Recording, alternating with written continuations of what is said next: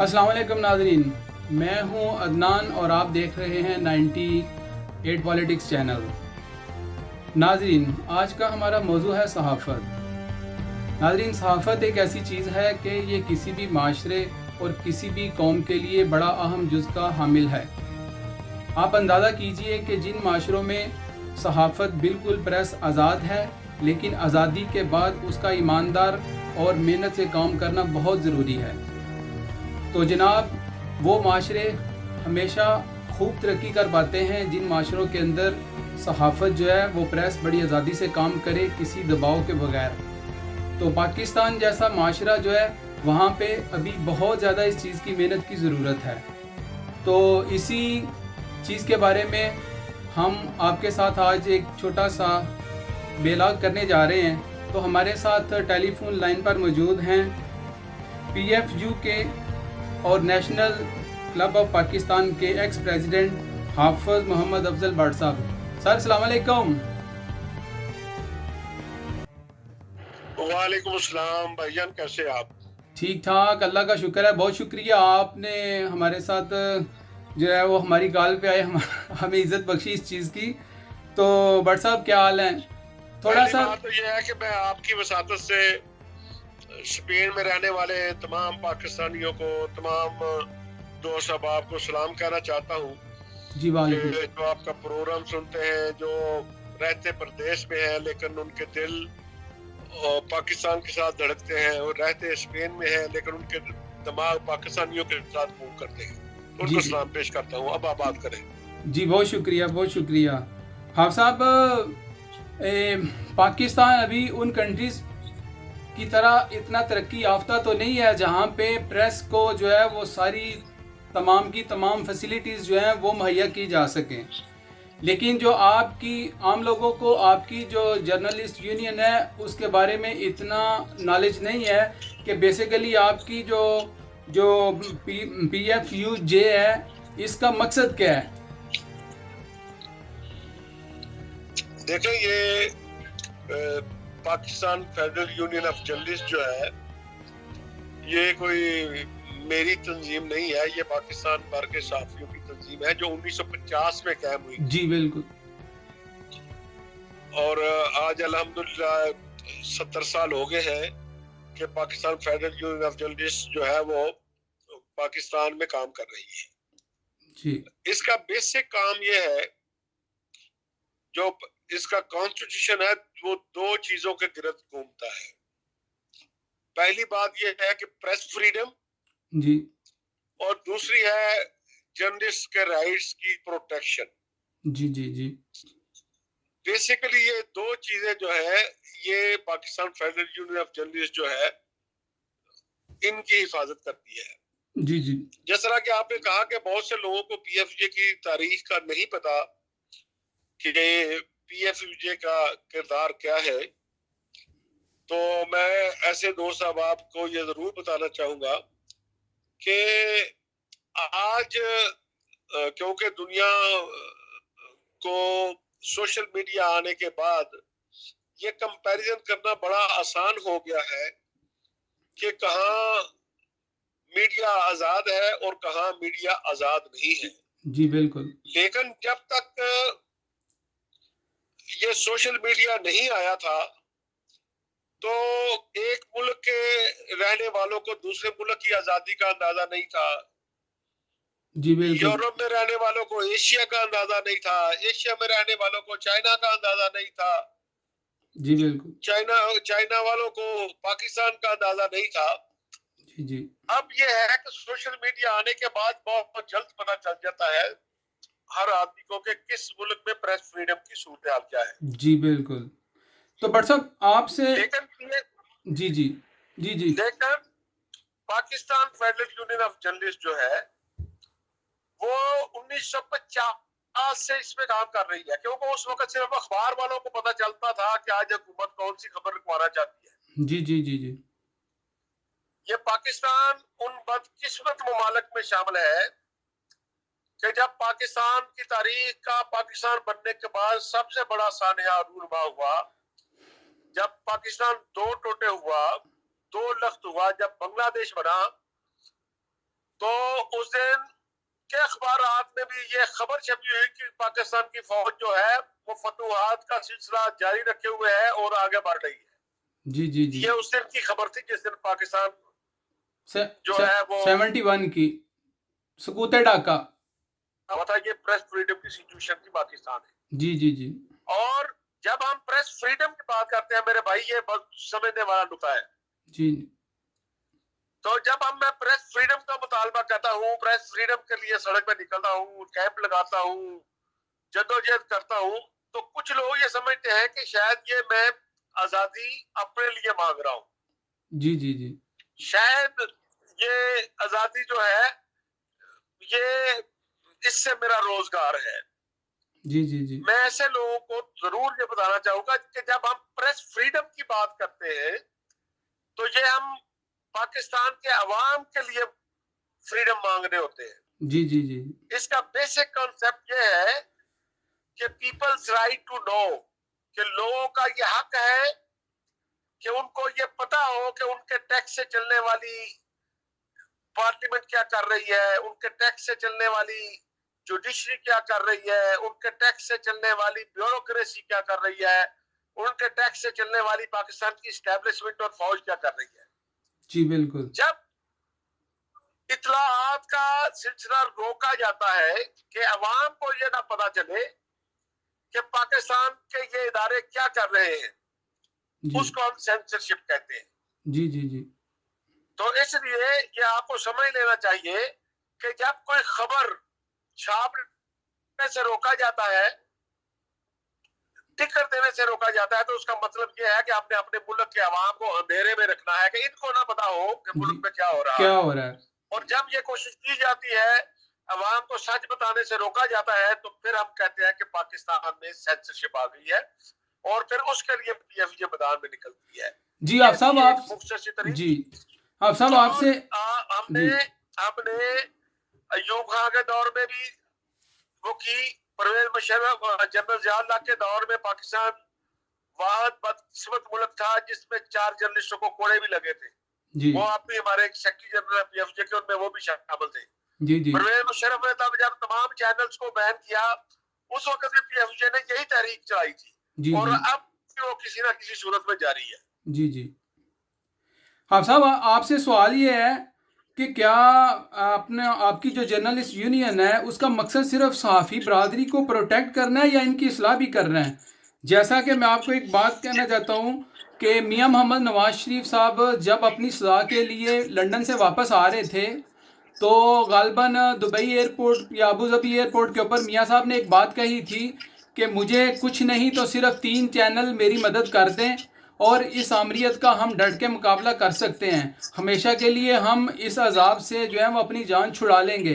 तो क्या ऐसा वाकया रूनुमा हुआ कि खुल के जो है वो 3 या 4 चैनल जो हैं वो मियां मोहम्मद नवाज शरीफ साहब की मदद नहीं थे कर पाए?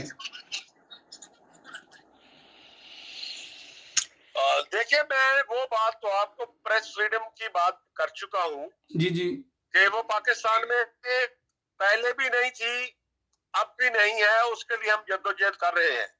दूसरा, जहां तक मियां नवाज शरीफ का मुतालबा है, कोई भी सियासतदान हो, मीडिया को उसके साथ पार्टी नहीं बनना चाहिए। जी बिल्कुल। उसकी खबर भी नहीं रोकनी चाहिए, लेकिन उसका तर्जमान भी नहीं बनना चाहिए। हमारा काम है कि जो किसी ने कहा उसको मनोवन रिपोर्ट करें या जो देखे उसको रिपोर्ट करें। जी। किसी पार्टी के मकासद का किसी पार्टी के वर्कर के तौर पर उसके लिए काम नहीं करना चाहिए। अगर आपने वो काम करना है तो फिर आपको जर्नलिज्म छोड़ देना चाहिए, फिर आप पॉलिटिकल वर्कर बन गए किसी सियासी जमात के और उसके पैगाम को आप आगे बढ़ाते रहे। लेकिन लेकिन लेकिन हाँ साहब, हमने एक बात ये देखी, ये देखे मेरी बात सुने, अभी ये 2020 का दौर चल रहा है, सोशल मीडिया का ज़माना है। क्या सोशल मीडिया के होते हुए इलेक्ट्रॉनिक मीडिया के ऊपर जो सहाफ़ी बैठकर खुलम खुला झूठ बोल देते हैं, क्या ऐसा चल सकता है? देखिए, चल तो रहा है, अब भी पूरी दुनिया में चल रहा है कि जाहिर है कि सोशल मीडिया की जितनी भी रीच हो जाए, ठीक है ना, जी जी। कि उन्होंने जो दुनिया भर में झूठ मिलाने वाली ताकतें हैं, उनकी अपनी टारगेट ऑडियंस है, ठीक है ना, जी जी जी। कि जब एक टीवी मोहम्मद से मैं अभी सोशल मीडिया पे सारी चीजें चेक कर लूंगा। मेरे जी 2 बच्चे स्कूल जाते हैं, वो तो अभी सोशल मीडिया पे नहीं बैठे हुए, मेरी बीवी नहीं बैठी हुई, मेरी बेटी नहीं बैठी हुई। जी जी जी टीवी चैनल जो है वो आपके बेडरूम तक गया हुआ है, ठीक जी है जी ना? जी जी इसलिए वो ताकतें जो है वो सच को आपके घर में दाखिल होने से रोकती है। वो कहते हैं चलो थोड़ा बहुत अगर सोशल मीडिया के जरिए लोग अवेयर है भी, तो कम से कम लोगों को मुकम्मल तौर पर बेदार नहीं हो जाना चाहिए। जी और जी इंशाल्लाह ताला एक वो वक्त आएगा, अगर सोशल मीडिया इसी तरह आगे बढ़ता रहा, तो हक और सच को छुपाने के लिए जो ताकतें जो है वो मीडिया को दबाती है, उन्हें कभी कामयाबी नसीब नहीं होगी। जी आप साहब, आपने आज़ाद मीडिया की और आज़ाद प्रेस की बात की, तो बात यह है कि मेरा आपसे सवाल ये है कि कुछ सहाफ़ी हजरात जो हैं वो वोट को इज़्ज़त दो के ऊपर जो है वो तनकीद करते हैं, ठीक है, वो वोट को इज़्ज़त दो के ख़िलाफ़ जो है वो हर्जा सराई करते हैं। तो क्या आप नहीं समझते कि अगर मियां मोहम्मद नवाज शरीफ साहब वोट को इज़्ज़त दो की बात करते हैं, तो क्या उन सहाफ़ियों के या तो वोट नहीं है, या फिर वो ज़्यादा बहुत ज़्यादा वो जिनको बूट पॉलिश कहा जाता है वो ऐसे हैं? देखिए, इसमें से कुछ लोग तो ऐसे हैं जो ये समझते हैं कि वोट को इज्जत देने की जहां तक बात है, मियां साहब खुद भी ये तमाम सहूलतें एस्टेब्लिशमेंट से एंजॉय करते रहे किसी न किसी दौर में। एक वो तबका है जो असूली तौर पर इस बात को करता है कि जब इनको मौका मिलता था, उस वक्त वोट की इज्जत का ये मियां साहब को ख्याल नहीं आया, और अब इनको ख्याल आ गया है।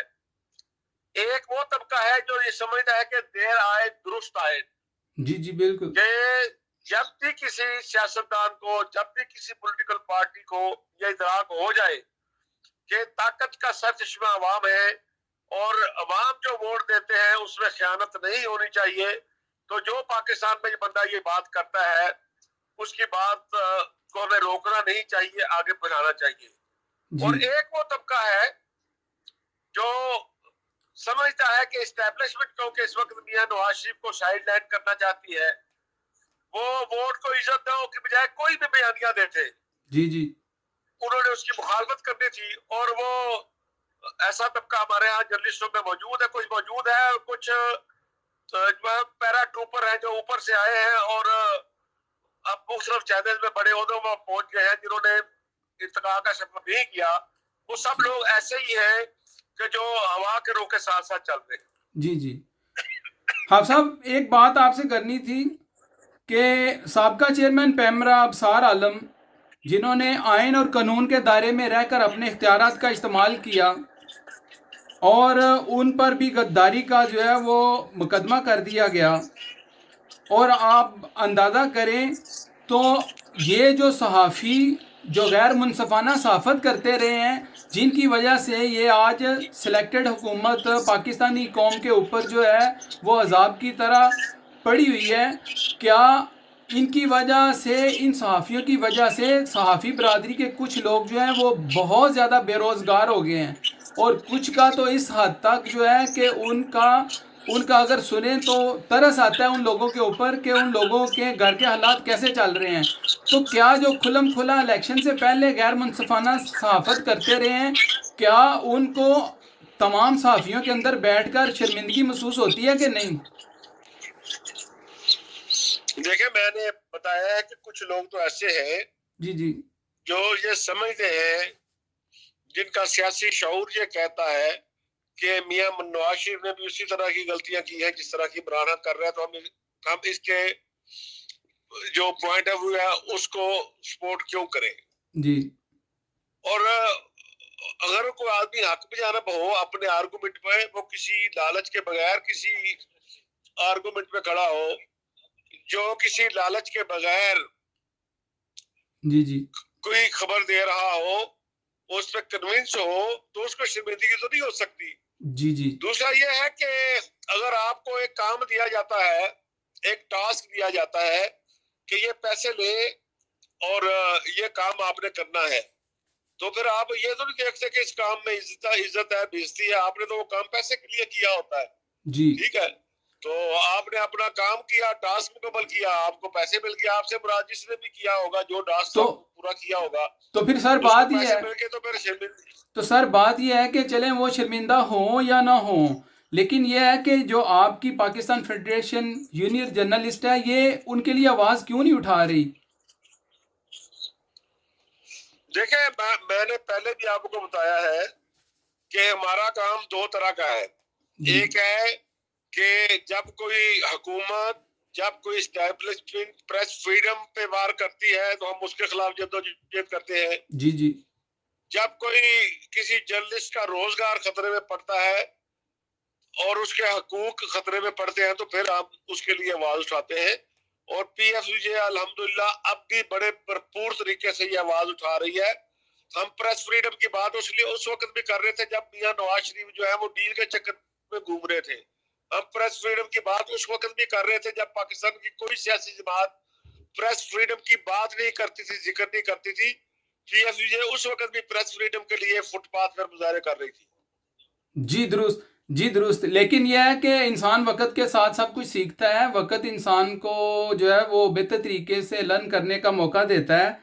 लेकिन मेरा आपसे आखिरी सवाल ये है सर कि अगर हम सियासतदानों को कहते हैं कि सियासत को इबादत समझ के किया जाए, तो क्या आप नहीं समझते कि सहाफ़त के लिए भी यही फार्मूला होना चाहिए कि सहाफ़ी बरादरी भी जो है वो भी जो है वो यानी कि इबादत समझ के करे, ताकि वो भी स्वाब के जो है वो स्वाब से मुस्तफ़ीद हो सकें? देखिए, ये मैंने पहले भी बताया जी कि जी सहाफत एक शोबा पैगम्बरी है। ठीक है, हमारा रोजगार इससे वाबस्ता है। जी जी सियासतदान का कोई एक फैसला हो सकता है किसी एक प्रोजेक्ट को नुकसान पहुंचा दे, लेकिन एक जर्नलिस्ट का गलत कहा हुआ फिक्रा, एक गलत लिखी हुई स्टोरी जो है वो पूरी कौम को गलती के रास्ते पे डाल सकती है। इसलिए जर्नलिस्टों के फराइज जो है वो सियासतदानों से ज्यादा है कि वो फेयरली काम करें। जी जी बाज तो ऐसे हैं सारे के जिन जर्नलिस्टों ने, जिन सहाफ़ियों ने ये समझा हुआ है कि इनकी बरादरी के अंदर गुनाह या सवाब का कोई अंसर मौजूद ही नहीं है। वो ये समझते हैं बस जो आए वो, जिसको कहते हैं रगड़े पे रगड़ा चलाते जाओ। तो, तो वो ये बात ठीक है, क्योंकि ये सिर्फ जर्नलिज्म में नहीं है। जी जी बदकिस्मती से हमारी पूरी सोसाइटी में जो है ये चीज है, ये और मुआशरती जर्नलिज्म खराबी जो है वो क्योंकि इसी जी सोसाइटी से तल्लक रखता है, इसी मुआशरे से तल्लक रखता है। जो उसके गली में होगा, जो उसकी फैमिली में होगा, जो उसके मोहल्ले में होगा, शहर में होगा, मुल्क में होगा, तो वो उससे ला तल्लक नहीं रह सकता। थोड़े बहुत असरार उस पर भी आते हैं। जी जी बहुत शुक्रिया सर, आपका बहुत शुक्रिया, आपने हमें अपना कीमती टाइम दिया। तो ये थे जनाब हमारे साथ हाफिज़ अफजल भट्ट साहब, जिनका तल्लक जो है वो साबका प्रेसिडेंट थे PFUG के और नेशनल क्लब ऑफ पाकिस्तान के। उन्होंने हमारे साथ बड़ी खुलम खुली बातें की और हक सच की बातें की, और उन्होंने हमें काफ़ी हद तक इस चीज़ का नॉलेज दिया कि बेसिकली इनकी जर्नलिस्ट यूनियन जो है उनका बेसिक काम क्या है और उनके इख्तियारात किस हद तक महदूद हैं। तो जनाब आप तमाम दोस्त जो हैं, अगर सोशल मीडिया पे जिस तरीके से आप काम करते हैं, तो अगर आप आज़ाद प्रेस चाहते हैं, मुनसफ़ाना प्रेस चाहते हैं, अगर आप चाहते हैं कि आपकी सहाफ़त भी जो है वो इबादत की तरह हो, तो जिस तरह आप सियासतदानों को या दूसरे लोगों को तनकीद का निशाना बनाते हैं और सियासतदान जो हैं वो बड़े तहम्मुल तरीके से इस चीज़ को बर्दाश्त करते हैं, तो इसी तरह सहाबी बरादरी जो है उन्होंने भी आज देखे मेरे कटन सवालों का उन्होंने जवाब दिया। तो जनाब इंशाल्लाह अब नेक्स्ट डे आपके साथ नए टॉपिक के साथ हाज़िर होऊंगा। दुआ में याद रखिए। अल्लाह हाफिज़।